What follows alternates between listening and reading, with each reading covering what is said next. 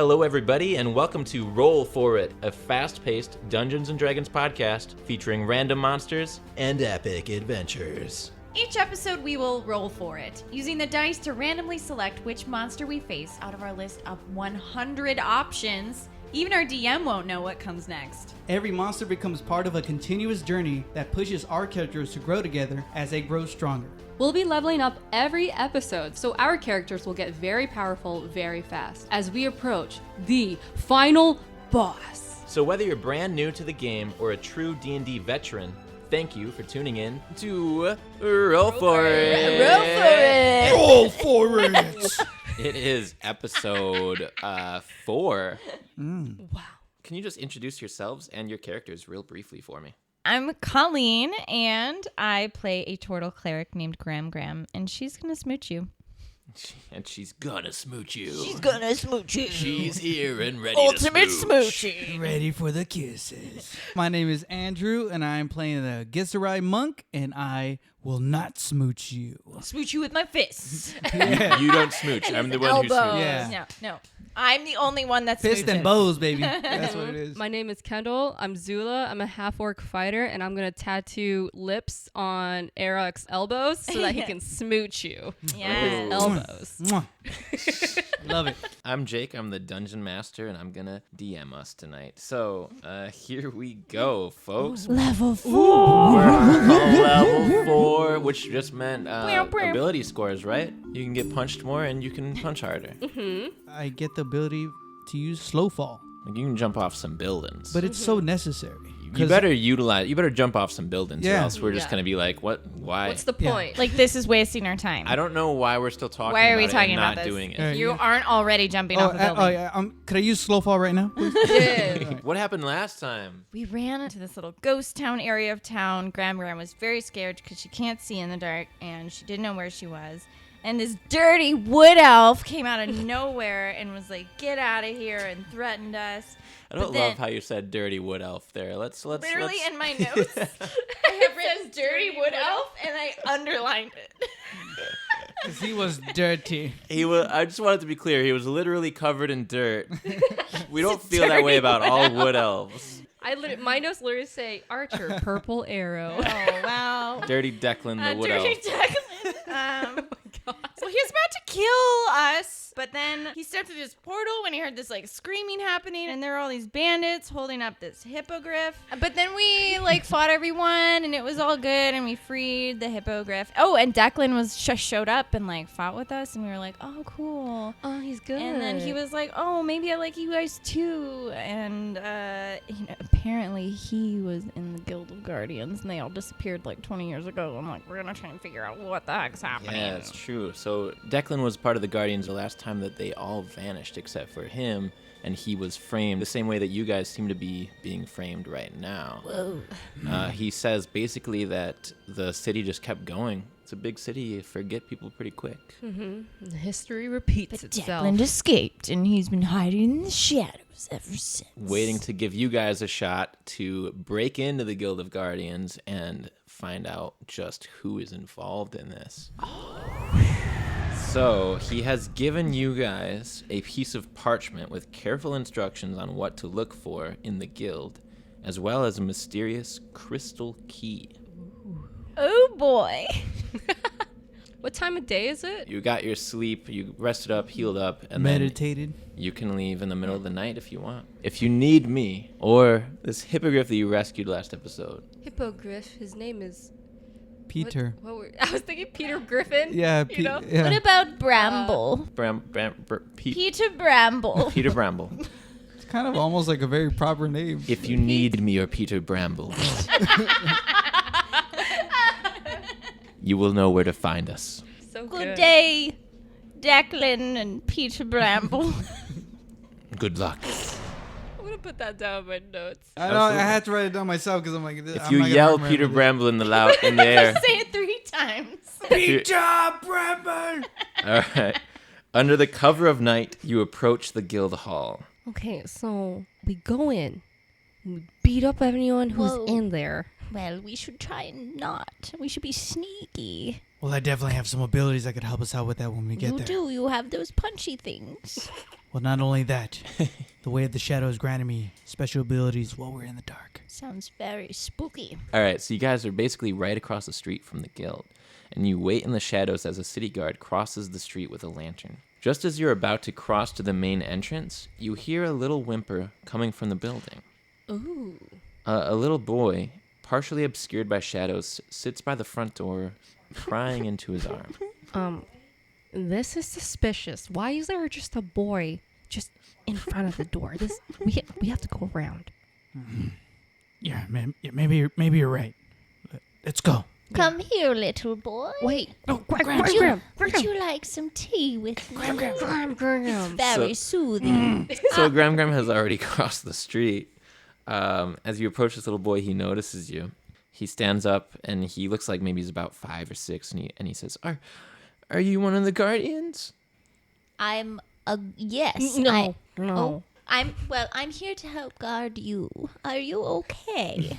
And have you guys followed her across the street, or? Oh yeah, I did. I remain behind. Okay. Like, I'm I just ran like kind of over. like watching them. Yeah. All right. So he stands up and he runs to you, Graham, and he hugs your shell just above your legs. And he's a human kid with dark wavy hair, and he says, "My mom was a guardian too, but I don't know where she is. And my dad's in trouble. Could you save him?" What's your name and what's your father's name? Please, in case I know anyone that knows them. As the DM makes up names. Yeah, let me just write something unrelated in my notebook real quick, and then get back to you. Don't want to call you little boy. Little boy. I'm Jin the second, and my dad is The first. Jin. Well, yes. Where is your father? Oh, a woman with snake eyes. She came to the door and she took my dad away. And your father's not a guardian? No, he's just my dad. Well, that's just enough. This lady, she hypnotized him Oh. and she took him away. You said a woman with snake eyes? Well, that makes sense with the hypnotizing. She just looked like a normal lady, but anyway, I didn't like her. Well, do you remember where they went? I did. I followed them to make sure I saw where they went. But she had other guys with her too. My mom always told me to find somebody to help. So I came here to find her, but there's nobody here. Well, I'm sure she's trying to find her way back to you right now, but we've got to help. Graham, you give me a headache. Jin, we'll help you only if you promise to help us. Don't threaten the boy. Does he want to find his It's mother a or hard not? life, Graham. He has to learn. He's nervous, but he smiles a little bit. He's hopeful, and you guys follow him through the streets. You guys creep through a neighboring neighborhood. I hate saying neighboring neighborhood. Neighborhood. You guys pass through. An adjacent neighborhood. Yes, thank you. That's such a great Oh, word yeah. too. Adjacent. That is made me feel lovely. better hearing that. I was like, that was Dad? So you guys creep through this neighboring neighborhood, and you reach his house. It's like a street down. He says, "That's where she came up to there, and then I followed her this way." And he leads you through an alleyway. And you see some people that are like drunk and passed out. Bad choices. Someone says, "Mom." Go home. Before long, you guys get to this cellar door on the side of this building. It's like a double wooden door, and it has a lock mechanism on it. He points to it, and he's like, "They went down there." I don't think we should all go down together. Maybe we should sporadically go down in case there's traps or someone waiting to spook us. But does anyone know how to open this lock? How strong does this door look? It's like Yeah. kind of old wooden, so it's like frail. I just look at Zula and I give her a wink. I think we could try to get someone to open the doors, and then we could rush them. Oh, well, I was thinking you just kick down the door. that'd create a lot of noise. We might be better off trying to maybe like knock on the door and see if anyone answers. Get one of them up here. Mm-hmm. Eric, you'll be the traveling salesman.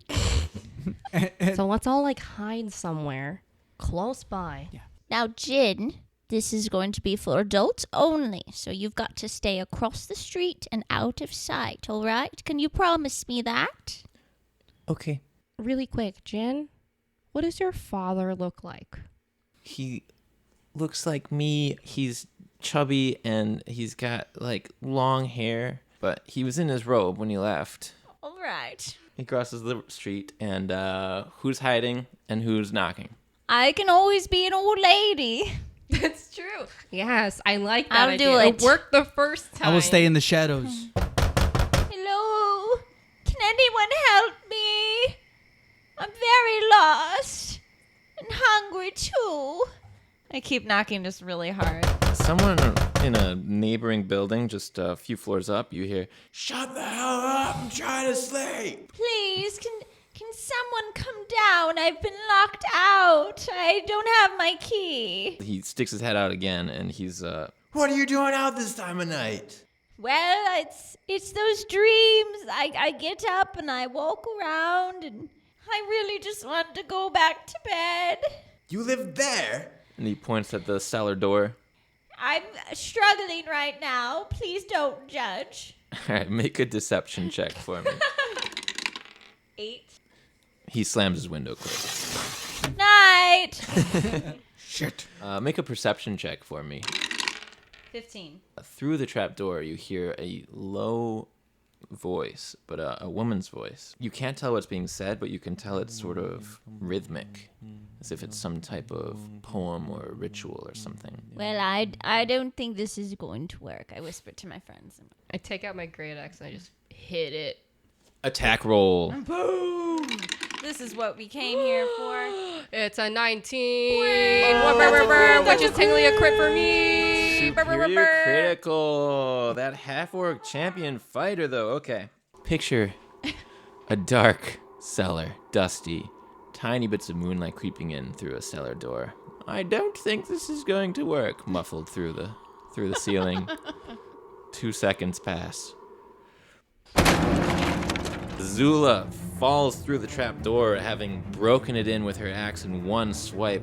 She rolls down the stairs and lands in a superhero landing before she stands with her great axe at the ready. The scene that you see before you is like a 20-foot long hallway, just over 5 feet wide, so it's pretty narrow.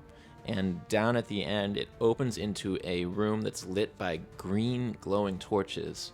And you see in the very center of that room a woman who looks like this woman here. Ooh, a picture. She's wearing a purple dress and some gold jewelry all around, and she's got this like head thing. What's that called? A head thing? I don't know. Oh, it's like Wonder Woman almost. It's not a crown. I don't This know what guy. it's called, but yeah. Headband? She's got like a pendant on her forehead, Yeah. and Sailor Moon. she's holding Doesn't a look nice. curved dagger above the stunned body of a man, a chubby man who's got some long hair. And she's holding it with 2 hands right above as she's finishing up her chant, and she looks up at you and her eyes are glowing green. "Who goes there?" And then I'll have you guys roll initiative. 15. 3. 11. 15 is going to be first. So Zula, you bust in and you're up. What do you do? All right, I'm going to take my battle axe out. It's a great axe, but there's like a mechanism at the bottom where if I press it and twist it, it actually turns into 2 hand axes.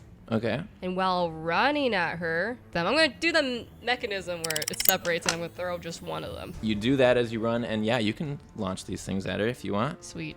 I'm going to run and throw it while screaming, "There's a sexy lady down here with Chin's father!" All She's right. about to stab him! All right, make your 2 attack rolls. An 11. Okay. And then the other one is a 19! Damn! So both of them are actually going to hit. So your total damage as you throw both of these things is going to be 4d6s. Whoa. So she's got this dagger up and ready, and all of a sudden just, boom, she's clipped twice. She's hit once on the shoulder, and the axe just like flies off after hitting into her, taking a chunk of skin out of it, and the other one like hits her right in the side. and she pulls it out and she screams, and as she screams, you see her tongue is this forked tongue that flickers around in her mouth. And she slams the hand axe down to the ground. I'll just run up to the table, and then is there space for me to stand on top of it with his dad on it? Yeah, sure. So you leap up on top of the table, and now you realize that you are unarmed. But when you look around in this room, now that it's widened out because you're not down the narrow hallway, you see that there are 2 other slabs like this one that you're on, and there's a body. You can't make it out because they're both under silk sheets. There's a body to your right and a body to your left. There's nobody else in the room? It's just her and these bodies and the green torches around. Oh, and one more thing I forgot to mention is there's snakes swarming all over the floor. Yeah, I'm gonna get up on that table. You did before you realized how good an idea it was. Iraq next, then. And she's already on the table over there. She's standing on top of this. You go down there and she's just on top of this dude's body, just like ready to fist fight this lady who's on the other side. You can just see her through beneath the feet. I'm going to make my way down those stairs and to that entrance then. Okay. Toward that room, yeah. You look down and you see that your feet are being... Oh, the snakes are like everywhere on the floor. Your feet are being slunk over by snakes. Oh, God. You don't really see them until you're in the room, but yeah. Are they poisonous? I don't know. It's your turn, though. So I'm outside, right? I'm gonna double move. And so just like use my action to just book it. I'm coming! And then as I'm doing it, I'm doing a bonus action like, come on, boom in the bang! And then my spiritual weapon comes out, this frying pan.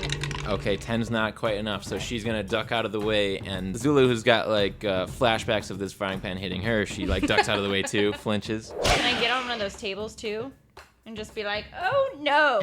Yeah, you see have it the up. snakes and be like, naughty. So you want the one on the left or the one on the right? I'll go on the left. Okay, so you hobble your way up there after stepping on and being slithered over by these snakes. And then it's the bad guy's turn, so she is going to cast poison spray out towards Zula. So... Poison spray. From a snake lady. Spray. All right, so I need Pretty Constitution sexy. saves. 6? 6. All right, so you're going to take some damage, some poison damage. This cloud of gas just sort of appears and sprays over your eyes and your face, and you take all this damage. And then she is going to bolt across to the other side of the room and duck behind the table so that she's on the other side from where Gram could see her. The snakes on the ground are going to start biting at Arak's ankles. Come on. All right, I got a 12 to hit, so that's no, right? What's your armor class? 17. Damn. Okay. You just concentrate and watch these snakes, and whenever one just leaps to try and bite at you, you just dance to the other foot, and you just kick them out of the way, and you don't get bit. The next thing that happens is the body beneath the silk sheet that's beneath Gram's legs. The sheet starts to move. These 2 large snakes appear out from either side of the sheet. They're like these large python-sized blue snakes. And they wrap up around, and they both try to attack at you. I feel like this will be the first time I ever hit you if it does. A 1? Nope. And a 5. Nope. Okay. One of them just hits you right in the center of your shell and just bounces right off. And the other one, you turn and like duck over, and it just glances past your left ear. Don't and touch as my they continue dinnerware. to like wiggle around and try to get to you, the sheet sort of flows off of the body, and you see that what you're looking at is this man, but his arms are replaced by these snakes. Wow. It's some kind of a mutation. And Poor soul. these are actually known as... Snake arms. I don't know which, Snake Arms McGee. I don't know which of you They're guys known would as know about monsters. Like, it's actually arms. not, I don't know. I don't really know that. But these are known as the Yawn T.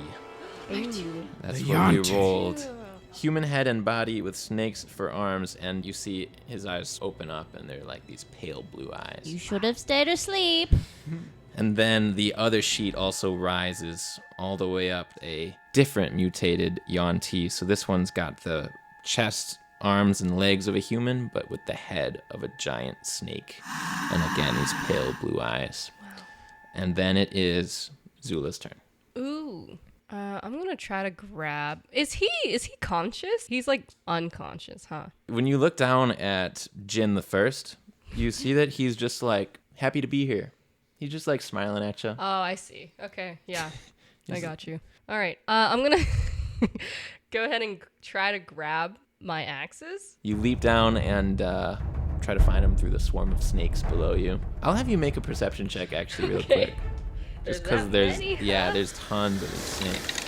Oh my god. 5. So you find one of them.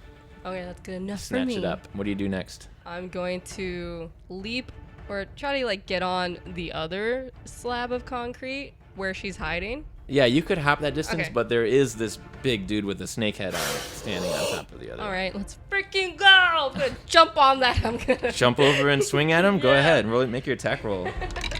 He raises up his arms, and you slash through both of his forearms. And you see that down on the ground here next to him is a curved sword. Ooh. How high are the torches on the walls? Does it look like I can grab them out of Can I grab that? Sure, you grab one of the green torches right out of its place, and you're now dual wielding the torch and the hand axe. Let's go. All right, it's Arak's turn. You got snake arms and snake head, and snake eyes. Who's copyrighted by G.I. Joe, but Which is the one who was originally stabbing. yeah, and all she's like hidden behind the slab to the right. that. I want to go where Gram is at. Okay, Grab one of the torches from the left sure. and like bring it in. And was it the snake? The snake head is on the left. Snake arms. Oh, then I'm gonna just take that torch and Just attack him with it? yeah. Okay. So you hold this next to his neck, and it like catches his hair and sets him ablaze a little bit. And he's going to take the 6 damage, and he's going to still be burning. Other than that, I'll probably just take like an unarmed strike, like right at his torso. Just Okay, go ahead and punch. it'd be 21. It's going to hit. Yes. Torch, and then punch. Gram, you're just feeling some heat as it sort of rises up to like where you're at. It's not actually damaging you, but you are up. We got the heat and the punch, and now the boom and the bang. Just a boom. And I smack him on the head with my regular frying pan. Okay, just right over him. Yeah. He finally seems to be like fully awake, and he jerks his head to the side, and you just bang off of the slab behind him. Yikes. I look over, I see Zula. Can I see her? Yep. And I'm gonna go, hi, sweetie. And it's a healing word. Okay. You get 4 HP. Yay. Not too shabby. Oh, I'm not wait, gonna you use didn't my use the frying pan. spiritual weapon. That's right. Yeah. It's just floating around. It's just getting ready, just preparing. I'm just gonna make a quick run. All right, so you hop down, run across, jump up, and roll onto the table. You hear like, "Ugh," as you're like right on top of Jin the First. Hello, Jin the First. He just smiles at you. So Snake Arms is going to get up to his feet, and one snake is going to wrap around his chest and neck and distinguish the flames that are on him. And the other snake is going to reach out and try and attack Arak. Smart snake. But Arak is going to just duck out of the way and evade. However, the tiny snakes on the floor are going to attack Arak again. This time critically failing. This time one of the snakes leaps up right towards your face, and you catch it, rip it in half, and throw it aside. Only a million more to go. Switch over to Zula's fight. We got Snake Man here. Snake Man is going to duck down, pick up this curved sword, and swipe it at Zula's chest. A critical hit! And then it's going to open its mouth wide and try and bite you on the neck. Okay. This bite is going to deal you 2 piercing damage, plus But wait, there's more. 5 poison damage. Why? So what are we at? You're still with us? Yeah. Okay, great, because I love her enthusiasm. great because could be the, good the sexy if lady they is gonna keep stand up and missing. try and slash at your calf with Oh, her great. dagger. Can you imagine that? It's only 4 damage. Wow. She slashes across your calf there, and then that's it for the bad guys. You're up, Zula. All right. Avenge yourself. I will. I'm gonna slice the snake man Snake Man. with my hand axe and then try to burn him with the torch. Let's make 2 attack rolls then. We'll start with the hand axe. So he gets slashed at with your axe, but then he deflects the torch, just holding it aside with his own blade. When you land your axe, he actually is bloodied, so he's halfway gone. And then as my bonus, I would like the second wind so I could heal, please. So you're locked in brutal combat with Snake Man, and you take some healing as you regain yourself. 10. Nice. Let's Wow, go. that is good. Eric, you're on the ground getting attacked by snakes that you don't give a shit about, and then there's a snake arm guy fighting you on the other I side. take my commas and come from his lower torso with both of them. Just Roll for it. Hey. 24 and 15. Oh, 2 hits, man. Yes. Snake arms, you stab him with 2 commas into the side, dealing him a total of your 7 damage. He's pretty hurt, but he is not bloodied. Could I jump onto the table that he was on Sure. to avoid the snakes? Everybody pick a table. I'm jumping on the table then. All right. Hi. Graham, you're up. All right, Eldaith, let's see what you got. I'm going to try and hit Snake Lady with guiding bolts. She's sort of up and waiting for her chance to strike at Zula's legs again, and you cast your spell at her, pointing her out. 16. 16 is going to hit her. Roll damage. Damn, okay, so that Holy would put her at... crap. Yeah, we're leveling up, you What? guys. This is called this is dealing some damage. Your guiding bolt, it hits her in the forehead. But wait, there's more. Okay. Spiritual weapon. So you hit her on the head and she flies back into the concrete wall and like she's almost dead. She's almost like steaming and she's got this white light sort of surrounding her, guiding your frying pan, which comes in and what was it you rolled? I just rolled 21. She focuses and she sees this giant frying pan come in and just hit her on the face and her neck just like snaps up into the side and she collapses. And as she does, you notice that all the snakes, the little snakes in the room, rise and fall with her.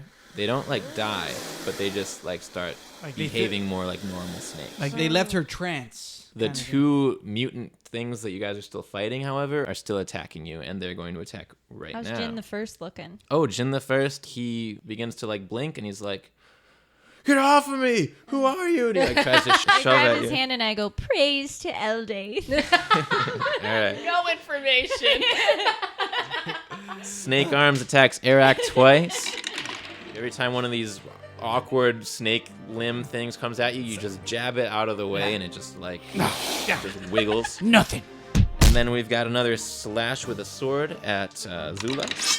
It's a critical. No. And then the bite comes down, and he tries to get like over your shoulder, but he instead bites into your hand axe. And then it is your turn, Zula. Is he still biting into it? Sure. I'm just gonna drop the torch. Okay. And can I just take my other hand and just like try to push the back of his head towards you know? Yeah, and the way that you laugh as you describe that is kind of concerning to me. It's just like, You know what would be really funny? Make your attack roll. I'll give you advantage. It sounds like a fun move. got a 19. Oh yeah. Okay, so 3d6s plus your 4. Jesus Let's Christ. see what we got. So you drop your torch and you shove your hand axe through the back of this thing's snaky throat, and the hand axe just hits out the other side and clangs into the wall and falls. And the guy who you're like holding by the neck, he just goes limp, and you let him fall onto the ground dead. And then it is Arak's turn. I'm gonna use flurry of blows on Okay. the snake guy right ahead of me.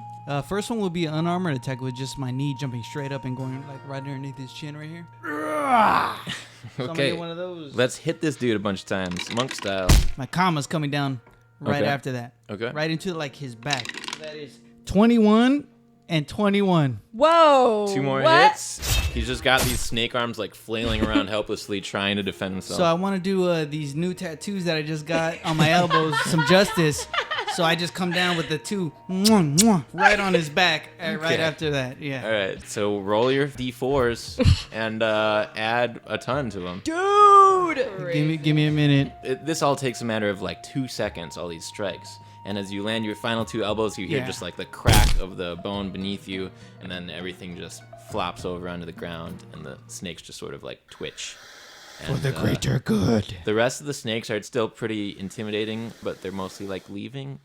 And there's no baddies in this room anymore. There's just Jin Jr. What do you guys do? Wakey, wakey. Eggs and bacon. Is he like chained? He's just laying there. So Let's he get like him. gets up. He's sort of struggling. We've got your boy outside. He's safe. He's breathing really heavy, and he's like trying to take in everything you're saying, and he's not saying anything back. And then he like looks around. And he's like, "You all saved my life, didn't you? Yes. Maybe. And my son is okay. Yes. He's the one that sent us. Who are you people? We're the Guardians. The last of the Guardians right now. So you're the ones that they blamed for the rest of them disappearing. Yes. But it wasn't us. We were fighting a very naughty fire element when it all happened. He's confused and he's trying to take it all in, and he's like, I mean, why would you save me? What if you were what they said you were? Why would you save me? Because there was a little boy crying. And we are not what they said we were. So you guys exit this area, and I'm gonna let everyone walk ahead of me, and then I'm just gonna kind of. Is her dead body there? yeah, I hope so. Zula's kind of a klepto. I'm just gonna see what she has on her. So she does have like all that pretty nice jewelry. So like what? I mean, she's got that head thing that we didn't figure out the name of. It's got like a little orange gem on it. Ooh. Or she's got like gold chain necklaces, like the thick stuff. I want whatever's on her, that jeweled thing on her head. Okay, we're gonna take the jewel thing on her head. I'm gonna wear it out. Nobody's there. gonna notice it. We'll see. Okay. Jin the first and Jin the second have a touching reunion. You saved me, kid. You saved me, just like your mom would have done. No. Now, Jin the Second, will you come here for a minute? And he comes up to you. I have a very special favor for a very brave boy. What is it? Will you go find my grokky? We sell things by each other. He sells tea, I sell my sweaters. Jin Senior's like, oh, we know your shop. Yes. Right, well, Grokky is my future mate, and I'd like him to come and meet me. Can you tell him to meet me where we pray tomorrow, and maybe bring some more tea? I'll tell him. I'll get your message there. I'll be brave. Very good. And he hugs you again, and he kisses you on the cheek, and he says, thanks for saving my dad. Thank you for saving your dad. You're heroes. And he goes up and he hugs each of you. Okay. You're a hero. And then he goes back to his dad. So you guys make your way back to the guild. You still have a few hours before daybreak, and you go back around to the back of the guild. Well, I cast Pass Without a Trace, which adds 10 plus bonus to our stealth checks. Bada boom, bada bing. So with the help of that spell, you avoid occasional patrols, and you sneak to a second-story window, carefully break it, and climb inside. Graham, you can barely fit, so they basically have to roll you in through the window. It's all right. I'll just tuck in. Just tuck and roll. When you guys get in there and you listen, it doesn't seem like anybody's heard the disturbance, and it's deadly quiet in here. Small beams of moonlight are all that illuminate your path. You soon reach your destination. It's on the 3rd floor of this building, and the thing that you approach is actually a large golden double door with a single lock near the center but no handle. Next to the door, a label that reads, The First Guardian. Wow. So you take out the crystal key that was given to you, and who wants to put it in the lock? Go ahead, Graham. Do the honors. Me? Yes. I'm just a gram, though. You deserve it. Age doesn't matter here. Okay. She grabs it, but she's crying. Oh, just the key in the key. Here we go, LD. So you gently press the key into the lock, and it glows with a white light, and it vibrates ever so slightly in your hand. And then without even you moving it, it just turns 90 degrees to the left and then vanishes. The key is gone. And you step back as slowly, silently, the double doors swing open. And that's where we'll end the episode. Oof. Oh my god. I'm so excited. How's everybody's characters feeling right now? I'm feeling so honored. Save a little boy. Mm-hmm. Open a door. Yeah, after the rescue, it's giving my character some hope, but I'm still a little skeptic as whether to go towards the good, you know? This was nice chopping up that snake arms guy. That was for sure. I fucked that guy up, man. It was good. We're all of a sudden we're a lot stronger now. I'm gonna have to start throwing some fastballs at you guys. Yeah. What about Zula? Zula is always feeling good. She's a little beat up, but she's starting to realize that maybe it's not fame and glory she's after. She actually feels good helping people without being like paid and known for it. Yeah, you guys didn't even ask for a reward. What the fuck? Yeah, like we should have. All right, cool. Well, good work, everybody, and we'll see you in episode 5. What? Wow. Where we'll be 5th level. Yeah. Oh my god. Okay, Big things. we'll see what happens. Bye. See ya.